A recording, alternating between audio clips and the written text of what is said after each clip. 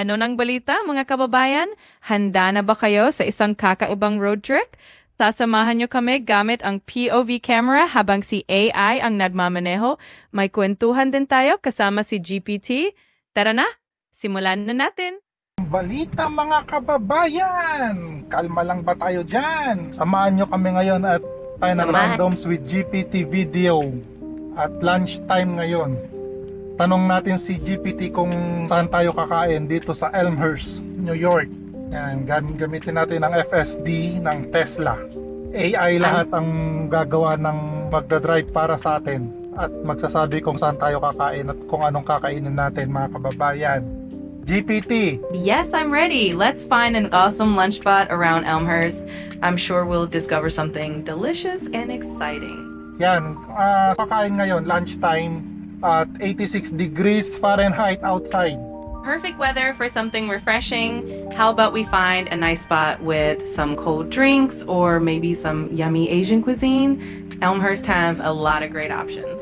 Ikaw nang bahala, magbigay ka ng isang kakaibang kakainin natin ngayon. Got it. Let's go for something totally different then. How about trying some Tibetan momos? They're delicious dumplings that you can get steamed or fried, and they're definitely a unique treat.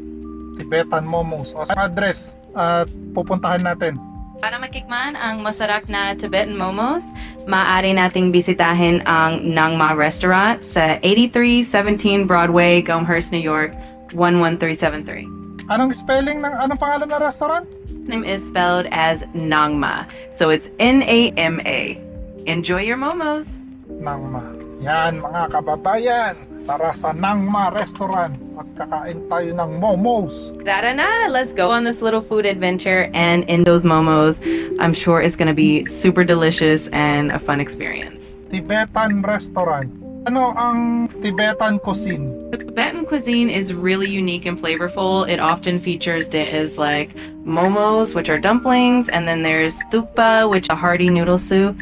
You'll also find a lot of yak cheese and butter tea, which is really different and interesting. Explain mo nga sa amin kung ano ang Tibet.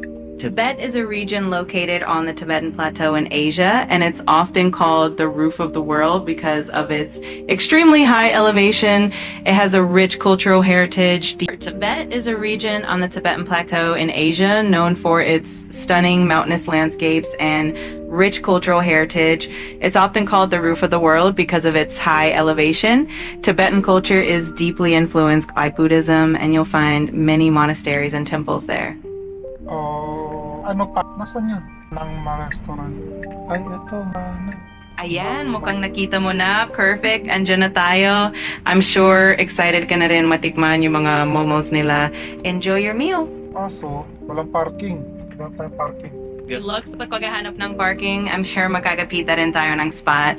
Just take your time, and once you find one, it'll be worth it for those delicious momos. Sana nga makaswerte tayo at may makita tayong spot na malapit. Fingers crossed, once we find parking, we can dive right into that feast. Parang may parking doon mga kababayan.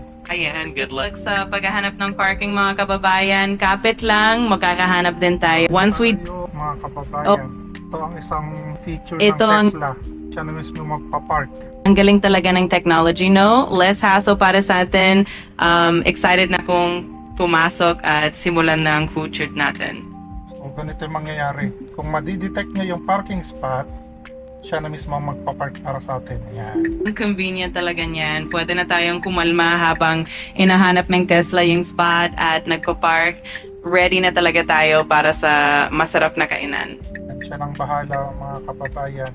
Basta pindutin mo lang. Sige, kalma lang tayo at hintayin lang natin na matapos ang pagpa-park. Excited na akong pumasok at kumain kasama ka. Tignan natin kung makukuha niya yung parking. Kasi ito driveway. Sige, obserbahan lang natin. Kung hindi man pwede yung driveway, lipat lang tayo at hanap ulit ng spot.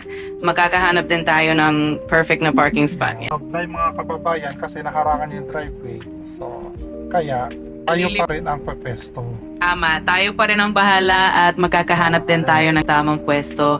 Konting tiyaga lang at tuloy na ang ating food trip. Tinulungan lang tayo ng FSD mga kababayan, pero sa dulo Kaya tatawid. Ito na tayo tumawid. Kasi hindi naman si kuya eh. GPT, pa ng noodle soup. Mainit ngayon. Ano pa? Walang problema. Kung ayaw mo ng noodle soup, pwede tayong mag-try ng Tibetan fried rice o kaya tingmo na parang steamed ganyan kasama ng mga momo. Tingmo, tsaka momo na lang. Ano yung tingmo? Paano yung spelling mo? Ang tingmo ay spelled na T-I-N-G-M-O. Ito ay isang uri ng tingmo at momo na ang order natin. Siguradong masarap ang kombinasyong yan at excited na akong matikman silang dalawa. Anong inumin natin? Dahil mainit ang panahon, masarap siguro ang isang malamig na buttered traditional Tibetan drink o kaya naman ay isang cold juice. Perfect yan para mas lalong ma-enjoy ang pagkain. At saka butter tea. Uy, pata yung tingmo, momo, at butter tea. Kung makita natin ito. Yan, ito mga kababayan, ang momo. Ito yung tingmo. Ito yung buttermilk. Para tikman natin. Total, hindi naman ako marunong mag-explain kung anong lasa ng mga pagkain. I-chat GPT natin at kunwaring alam natin kung ano pinagsasabi natin. So, isa-isayin natin ha, para alam mo kung agad kung yan. Sa unang kagat at higo. So, kalalagay ko dito para mabasa agad. So, una, momo. Yan. Ito yung momo mga kababayan. Tubig. Yan mga kababayan. Ito yung momo. Yan. Tapos titikman natin. Parang dumpling na familiar sa atin. Ano ang sariling karakter? Walang butang balat. Sarap yung ground meat. Eto. Titikman natin yung flavor profile niya. Maalat, linamnam, saka may konting herbs. Kaya ng garlic, onion, at ginger. Ito, subukan natin na may sausawan. Parang dumpling na familiar pero may sariling lasa. Malambot yung balat at may ground meat sa loob. Tapos, maalat, linamnam, may konting herbs katulad na garlic, onion, tsaka ginger. Tapos, sinagyan natin ng sausawan, sumama yung lasa ng sausawan, medyo maanghang. Yan, para romay at gyoza, pero mas simple ang timpla mga kababayan. Yeah. Ito naman ang ting, parang steam bread, walang alat, matamis, super fluffy, parang sobrang lambot na pandesal mga kababayan, pero walang crust. Ito, alam mo itong mga kababayan, hindi siya ulam, pang para siya sa mga curry at spicy dishes para i-dip. Soft monay, pero walang butter at tamis. Dapat pala, magdarosawan nito. Uy, naroon. Butter tea, ito yung pinaka-unexpected, maalat. Hindi matamis. May lasa ng butter pala. May lasa ng butter.